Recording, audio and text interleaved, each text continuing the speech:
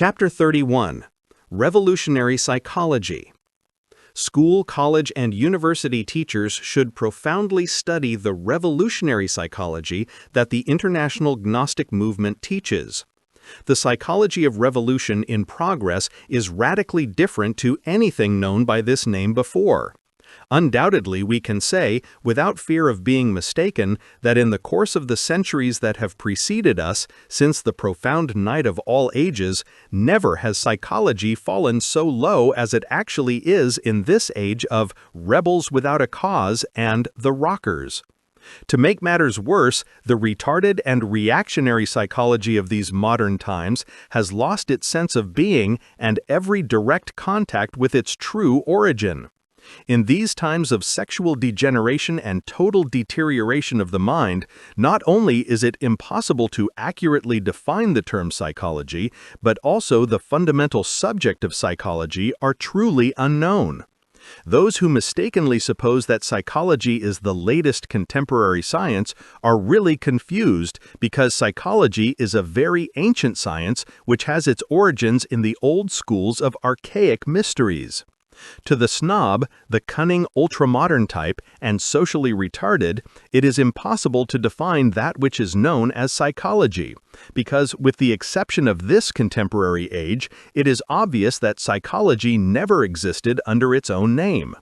Due to certain reasons, it was always suspected of subversive tendencies of religious or political nature, and because of this, it was forced to disguise itself with multifarious trappings. Since ancient times, psychology has always played its role, intelligently disguised by trappings of philosophy in different scenes in the drama of life. Since the terrifying night of centuries on the banks of the Ganges, in the sacred India of the Vedas, there have existed forms of yoga that come to be, deep down, pure experimental psychology. The 7 types of yoga have always been described as methods, procedures, or philosophical systems.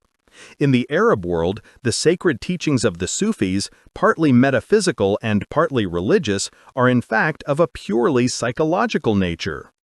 In old Europe, rotten through and through with so many wars, racial, religious, and political prejudices, etc., right up to the end of the last century, psychology disguised itself with the trappings of philosophy in order to go unnoticed.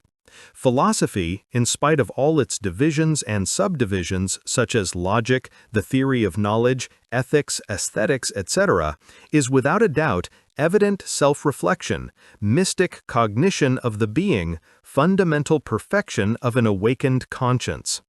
The error of many philosophical schools consists in having considered psychology as something inferior to philosophy, as something related only to the lowest and even trivial aspects of human nature. A comparative study of religions permits us to come at the logical conclusion that the science of psychology has always been intimately associated with all religious principles. Any comparative study of religions demonstrates us that within most orthodox sacred literature of various countries and at different periods, there are wonderful treasures of psychological science. In-depth investigations in the field of Gnosticism allows us to find that wonderful compilation of several Gnostic authors known as Philokalia.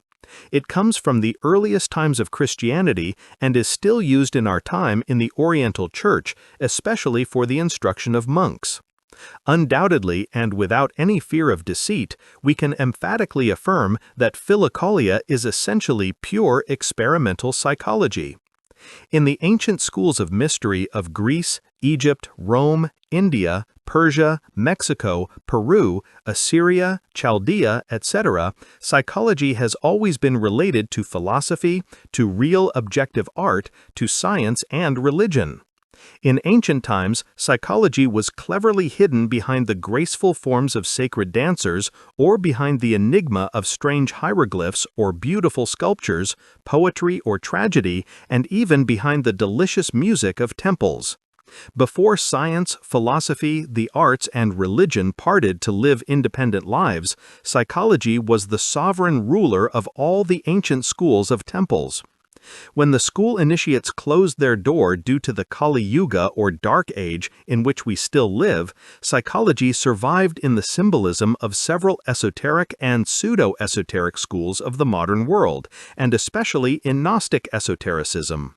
Profound analysis and in-depth investigation allows us to understand very clearly that the different systems and psychological doctrines that existed in the past and that exist today can be divided into two categories. First, the doctrines that are just as many intellectuals suppose them to be.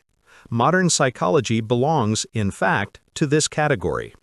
Second, the doctrines that study man form the point of view of the revolution of conscience. The latter are truly the original and most ancient doctrines. Only they allow us to understand the living origins of psychology and their profound meaning. When all of us have understood in an integral way and in all the levels of the mind how important the study of man is from the new point of view of the revolution of conscience, then we will understand that psychology is the study of principles, laws, and facts intimately related to the definitive and radical transformation of the individual. It is imperative that school, college, and university teachers understand in an integral way the critical times in which we live and the catastrophic state of psychological disorientation in which the new generation find itself. It is necessary to direct the new wave to the path of the revolution of conscience, and this is only possible through the revolutionary psychology of fundamental education.